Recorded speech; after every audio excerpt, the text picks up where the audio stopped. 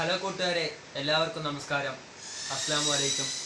നമ്മൾ ഇത്രയും കാലം ഈ ഒരു യൂട്യൂബ് ചാനലിൽ അപ്ലോഡ് ചെയ്തുകൊണ്ടിരുന്നത് സ്പോർട്സ് റിലേറ്റഡ് ആയിട്ടുള്ള വീഡിയോകളായിരുന്നു. പക്ഷേ ഇനി മുതൽ ചാനലിൽ ഒരു മാറ്റം വരുത്തിക്കൊണ്ട് ഫുഡുമായി ബന്ധപ്പെട്ട വീഡിയോകളായിരിക്കും ഇനി മുതൽ അപ്ലോഡ് ചെയ്യുക. അതിൽ നിങ്ങളുടെ എല്ലാവരുടെയും സഹകരണം ഉണ്ടാകണമെന്ന് അഭ്യർത്ഥിക്കുന്നു. ഈ ചാനലിൻ്റെ പേര് ഫുഡ് ഏരിയ മലയാളം എന്നാണ്. അപ്പോൾ ഇതിൻ്റെ തുടക്കമെന്ന രീതിയിൽ നമ്മളൊരു 1.5 കിലോ ബസ്മതി അരി കൊണ്ട് റാവുത്തർ ബിരിയാണി ഉണ്ടാക്കി നോക്കാൻ പോവുകയാണ്. റാവുത്തർ ബിരിയാണി പൊതുവെ ജീരകശാല അരിയിലാണ് ഉണ്ടാക്കാറ്. പക്ഷേ ഇന്ന് നമ്മളൊരു വ്യത്യസ്ത രീതിയിൽ ബസ്മതി അരി കൊണ്ട് ഉണ്ടാക്കി നോക്കാൻ പോവുകയാണ്. ഇത് നമ്മുടെ ഫുഡുമായി ബന്ധപ്പെട്ട ആദ്യത്തെ വീഡിയോ ആണ്. അപ്പോൾ ഇന്ന് നമ്മൾ ആദ്യം തുടക്കുന്ന രീതിയിലാണ് ഈ മട്ടൻ ബിരിയാണി ഉണ്ടാക്കാൻ പോകുന്നത്. അപ്പോൾ നിങ്ങളുടെ എല്ലാവരുടെയും സപ്പോർട്ട് നമുക്കുണ്ടാവണം. നിങ്ങളാണ് നമ്മുടെ ഊർജം. നിങ്ങളെല്ലാവർക്കും ഈ വീഡിയോ ഇഷ്ടപ്പെട്ടാൽ സബ്സ്ക്രൈബ് ചെയ്യാനും ലൈക്ക് ചെയ്യാനും ഷെയർ ചെയ്യാനും മറക്കരുത്. മട്ടൻ ബിരിയാണി ഉണ്ടാക്കാൻ ആവശ്യമായ സാധനങ്ങൾ എന്തൊക്കെയാണെന്ന് നമുക്ക് നോക്കാം. ഇവിടെ നമ്മൾ എടുത്തിരിക്കുന്നത് 1.5 കിലോ ബസ്മതി അരി എടുത്തിട്ടുണ്ട്. അതുപോലെ തന്നെ 750 ഗ്രാം വലിയുള്ളി എടുത്തിട്ടുണ്ട്. 1 കിലോഗ്രാം മട്ടൻ എടുത്തിട്ടുണ്ട്. പിന്നെ 3 ടേബിൾ സ്പൂൺ പട്ട ഗ്രാമ്പ് പൊടിച്ചത് എടുത്തിട്ടുണ്ട്. അതുപോലെ തന്നെ പട്ട ഗ്രാമ്പ് ഏലക്ക അത് കുറച്ച് എടുത്തിട്ടുണ്ട്. പിന്നെ 100 ഗ്രാം പൂണ്ട്, 100 ഗ്രാം ഇഞ്ചി, പിന്നെ 200 ഗ്രാം ചെറിയുള്ളി ചതച്ചത്, 3 ടേബിൾ സ്പൂൺ മുളക് പൊടി, പിന്നെ ആവശ്യത്തിന് ഉപ്പ്, പിന്നെ ഓയിൽ വേണം. ഗോൾഡ് വിന്നറാണെന്ന് എടുത്തിരിക്കുന്നത്, അതൊരു 300 ഗ്രാം ആവശ്യമുണ്ട്. പിന്നെ തക്കാളി 1 കിലോ എടുത്തിട്ടുണ്ട്. തൈര് ഒരു ചെറിയ ഗ്ലാസ്സിൽ മുഴുവനായിട്ട് എടുത്തിട്ടുണ്ട്, 200 ഗ്രാം ഏകദേശം വരും. പിന്നെ ഒരു 5-6 പച്ചമുളക് എടുത്തിട്ടുണ്ട്. ഒരു കൈപിടിക്ക് മല്ലിത്തളിയും അതുപോലെ തന്നെ പുതിനയും എടുത്തിട്ടുണ്ട്. ഇതൊക്കെയാണ് നമ്മുടെ ബിരിയാണിക്ക് ആവശ്യമായ സാധനങ്ങൾ. നമ്മളിവിടെ പാത്രം വെച്ചിട്ടുണ്ട്. ഇനി അടുത്തതായിട്ട് നമുക്ക് ഓയിൽ ഒഴിക്കണം. ഒരു 300 ഗ്രാം ഓയിലാണ്.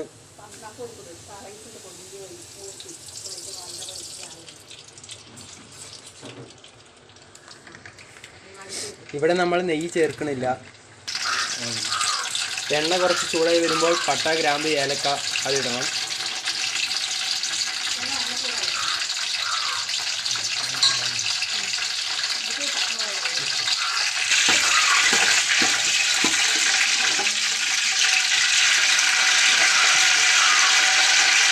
അടുത്തതായിട്ട് നമ്മൾ എടുത്തു വെച്ചാൽ പച്ചമുളക് ഇതിലേക്കിടുക.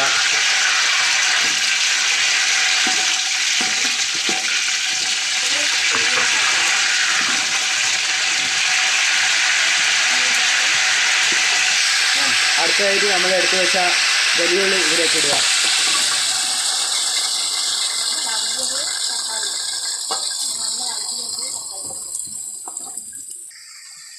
നമ്മളിട്ട ഈ വലിയുള്ളി നല്ലപോലെ തന്നെ വതങ്ങണം. അതുവരെ നമ്മൾ ഇടയ്ക്കിടയ്ക്ക് ഒന്ന് ഇളക്കി കൊടുത്തിട്ടിരിക്കുക.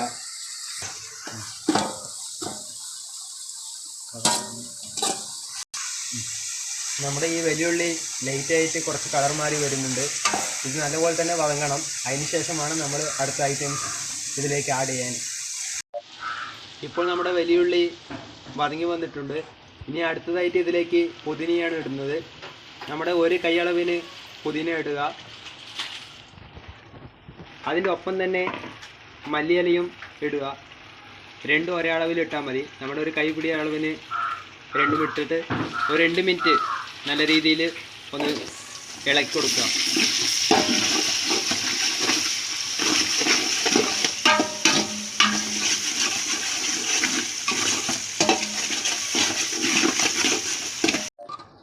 നമ്മൾ ഈ മല്ലിയിലയും പുതിനയും ഈ ഓയിലിലേക്ക് ആദ്യം തന്നെ ഇടുമ്പോൾ അതിൻ്റെ ഒരു ഫ്ലേവർ നമുക്ക് ഈ ബിരിയാണിയിൽ കിട്ടാൻ സാധിക്കും. അതുകൊണ്ടാണ് ആദ്യം തന്നെ ഇടുന്നത്. ഇപ്പോൾ മല്ലിയിലയും പുതിനയും ഇട്ടിട്ട് ഏകദേശം ഒരു 2 മിനിറ്റ് ആയി. ഇനി ഇതിലേക്ക് അടുത്തതായിട്ട് തക്കാളി ഇടാം. നമ്മൾ ചെറുതായിട്ട് അരിഞ്ഞു വെച്ച തക്കാളിയാണ്, അത് ഇതിലേക്ക് ഇടാം. ഈ തക്കാളി നല്ലപോലെ വേവുന്ന വരെ നമ്മൾ ഇതിലിട്ട് ഇളക്കണം.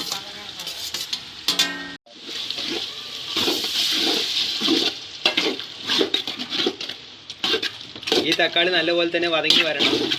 അതുവരെ നമ്മൾ വെയിറ്റ് ചെയ്യാം. ഇപ്പോൾ നമ്മുടെ തക്കാളി നല്ലപോലെ തന്നെ വതങ്ങി വന്നിട്ടുണ്ട്. ഇപ്പോൾ നിങ്ങൾക്ക് നോക്കിയാൽ തന്നെ മനസ്സിലാവും നല്ലപോലെ തന്നെ വെന്തുടഞ്ഞിട്ടുണ്ട്. ഇനി അടുത്ത ഐറ്റം ചേർക്കുകയാണ്. ഇനി ഇതിലേക്ക് നമ്മൾ ചതച്ച് വെച്ചിട്ടുള്ള ഇഞ്ചി ഇതിലേക്ക് ചേർക്കുകയാണ്. ഏകദേശം 100 ഗ്രാമാണ് എടുത്തിരിക്കുന്നത്. അത് ഇതിലേക്ക് ഇടുക. അതിനുശേഷം ഒരു മിനിറ്റോളം ഇതിൽ തന്നെ വെച്ച് നമ്മൾ ഇളക്കേണ്ടതാണ്.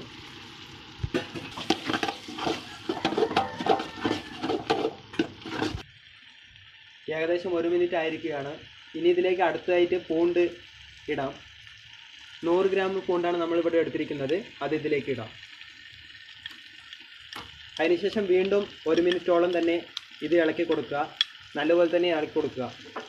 ഇനി അടുത്തതായിട്ട് ചെറിയുള്ളിയും കൂടി ഇതിലേക്ക് ചേർക്കണം. അതിനു മുമ്പ് 1 മിനിറ്റോളം തന്നെ ഇത് നല്ലപോലെ തന്നെ ഇളക്കി കൊടുക്കുക. ഇപ്പോൾ ഏകദേശം പൂണ്ട് ഇട്ടിട്ട് 1 മിനിറ്റോളമായി. ഇനി ഇതിലേക്ക് അടുത്തതായിട്ട് നമ്മൾ ചതച്ച് വെച്ചിട്ടുള്ള ചെറിയുള്ളി അത് ഇതിലേക്ക് ഇടുക. ഏകദേശം 200-250 ഗ്രാമിൻ്റെ അടുത്തുണ്ട്. അത് ഇതിലേക്ക് ഇട്ട് നല്ലപോലെ തന്നെ ഇളക്കുക.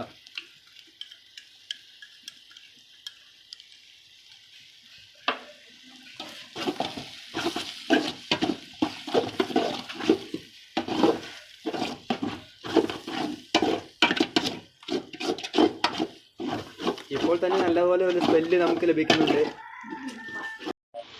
ഇപ്പോൾ നമ്മളിട്ട ഇഞ്ചി, അതുപോലെ തന്നെ വെളുത്തുള്ളി, അതുപോലെ തന്നെ ചെറിയുള്ളി മൂന്നും നല്ലപോലെ തന്നെ വഴങ്ങി വന്നിട്ടുണ്ട്.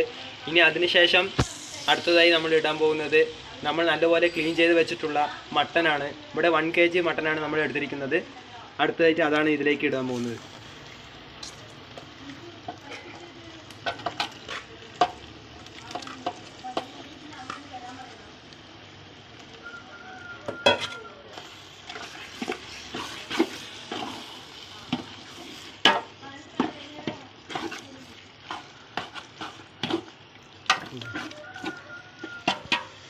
മട്ടൻ ഇട്ടതിന് ശേഷം നല്ലപോലെ തന്നെ ഇത് മിക്സ് ചെയ്യണം. മട്ടൻ ഇട്ടിട്ട് നല്ലപോലെ തന്നെ മിക്സ് ചെയ്തതിന് ശേഷം അടുത്തതായി നമ്മൾ ഇതിലേക്ക് ഉപ്പാണ് ഇടുന്നത്. ഇവിടെ 3 ടേബിൾ സ്പൂൺ കല്ലുപ്പാണ് ഇട്ടിരിക്കുന്നത്. നിങ്ങളുടെ ആവശ്യാനുസരണം അത് കൂട്ടുകയോ കുറയ്ക്കുകയോ ചെയ്യാം.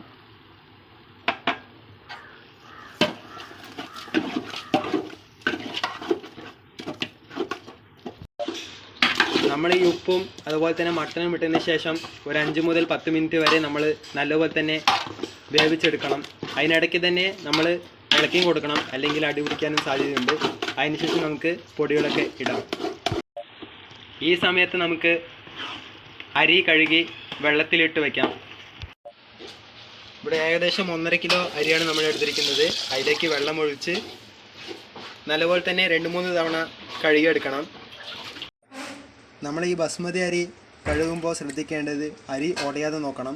ഒരിക്കലും ഈ അരിയെ പിടിച്ച് അമർത്താൻ പാടില്ല. ബസ്മതി അരി ആയതുകൊണ്ട് തന്നെ പെട്ടെന്ന് ഉടഞ്ഞു പോകാൻ സാധ്യത കൂടുതലാണ്.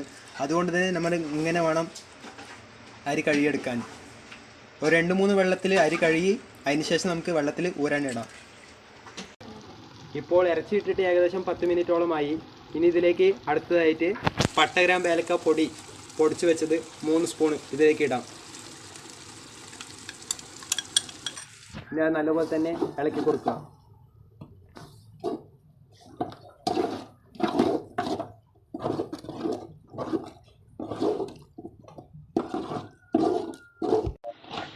ഇപ്പോൾ നമ്മൾ പൊടിയൊക്കെ ഇട്ട് ഏകദേശം ഒരു 5 മിനിറ്റോളമായി. ഇനി ഇതിലേക്ക് അടുത്തതായിട്ട് ചേർക്കാൻ പോകുന്നത് തൈരാണ്. നമ്മളിവിടെ എടുത്ത് വെച്ചിട്ടുള്ളത് 200 മില്ലി തൈരാണ്. അത് ഇതിലേക്ക് ഇടുക. തൈര് ഒഴിച്ച് ഒന്ന് മിക്സ് ചെയ്തതിന് ശേഷമായിട്ട് നമുക്ക് ഒരു ചെറുനാരങ്ങ പിഴിഞ്ഞോടുകൂടി ഇതിലേക്ക് ഇടുക.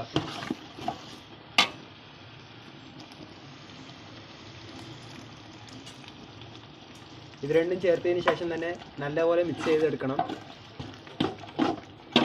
മട്ടൻ ആയതുകൊണ്ട് തന്നെ ഇറച്ചി വേവാനായിട്ട് കുറച്ചധികം സമയം എടുക്കും. അതുകൊണ്ട് തന്നെ കുറച്ചധികം വെയിറ്റ് ചെയ്യേണ്ടി വരും. ഒരു 10 മിനിറ്റോളം തന്നെ ഇങ്ങനെ മിക്സ് ചെയ്തുകൊണ്ടിരിക്കുക. ഇടവിട്ട് മിക്സ് ചെയ്താൽ മതി. 10 മിനിറ്റ് ശേഷം നമുക്ക് ആവശ്യത്തിനുള്ള വെള്ളം ഒഴിച്ചു കൊടുക്കാം. ഇപ്പോൾ ഏകദേശം 10 മിനിറ്റോളം ആയിരിക്കുകയാണ്. ഇനി ഇതിലേക്ക് നമ്മൾ വെള്ളം ചേർക്കാൻ പോവുകയാണ്. ഇവിടെ 1.5 കിലോ അരി എടുത്തത് കൊണ്ട് തന്നെ ഇവിടെ വെള്ളം ചേർക്കുന്നത് 3 ലിറ്ററാണ് ഏകദേശം.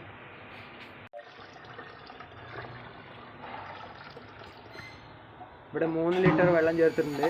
അതിനുശേഷം നല്ലപോലെ തന്നെ ഒന്ന് ഇളക്കി കൊടുത്തതിന് ശേഷം ഏകദേശം 25-30 മിനിറ്റോളം തന്നെ നമുക്കിത് മട്ടൻ വേവാനായിട്ട് സമയമെടുക്കും. അത്രയും നേരം നമ്മൾ വെയിറ്റ് ചെയ്യാം. ഇപ്പോൾ ഏകദേശം ഒരു 30 മിനിറ്റോളമായി വെള്ളം ഒഴിച്ചിട്ട്. ഇറച്ചിയും നല്ലപോലെ തന്നെ വെന്ത് വന്നിട്ടുണ്ട്. ഇനി ഈ സമയത്ത് നമുക്ക് ഇതിലേക്ക് അരിയിടാം.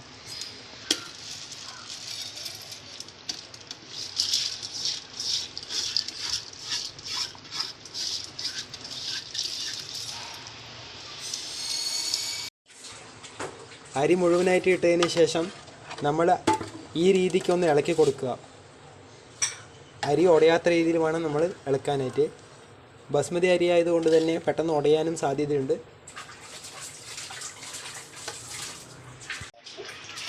ഇപ്പോൾ അരി നല്ലപോലെ തന്നെ മിക്സ് ചെയ്തിട്ടുണ്ട്. ഇനി ഇതിന് ശേഷം നമുക്ക് മൂടി വയ്ക്കാം.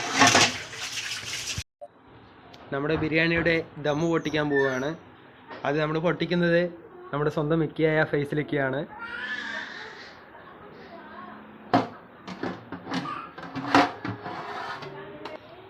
ഇത് നമ്മൾ ഏകദേശം ഒരു 30 മിനിറ്റോളം ഈ ദമ്മിൽ തന്നെ ഇരുന്നിട്ടുണ്ട്. ആദ്യത്തെ 10 മിനിറ്റ് ഹൈ ഫ്ലെയിമിലും പിന്നെ മീഡിയം ഫ്ലെയിമിലുമാണ് വെച്ചിരിക്കുന്നത്. ഇനി ദമ്മ് പൊട്ടിക്കാം നമുക്ക്.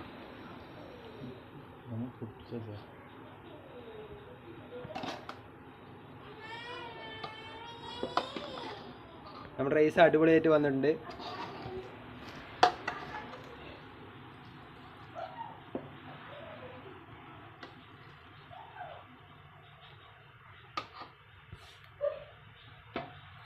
വേറെ ലെവലായിട്ട് വന്നിട്ടുണ്ട്. ഇനി ഇതെങ്ങനെയാണ് സെർവ് ചെയ്യണമെന്ന് കൂടി നമുക്കൊന്ന് കാണാം. ഇനി നമ്മൾ ഈ ബിരിയാണി ഒരു പ്ലേറ്റിലേക്ക് മാറ്റാൻ പോവുകയാണ്.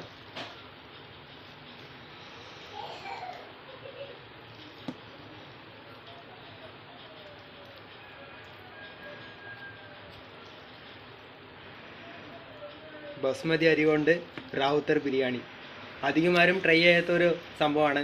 നിങ്ങൾ എന്തായാലും ട്രൈ ചെയ്തിട്ട് നിങ്ങളുടെ ഫീഡ്ബാക്ക് കമൻറ്റ് ബോക്സിൽ ഇടുക. ഇനി ഈ ബിരിയാണിയുടെ ടേസ്റ്റും എങ്ങനെയുണ്ടെന്ന് നമുക്ക് നമ്മുടെ ഇക്കയോട് തന്നെ ചോദിച്ചു നോക്കാം.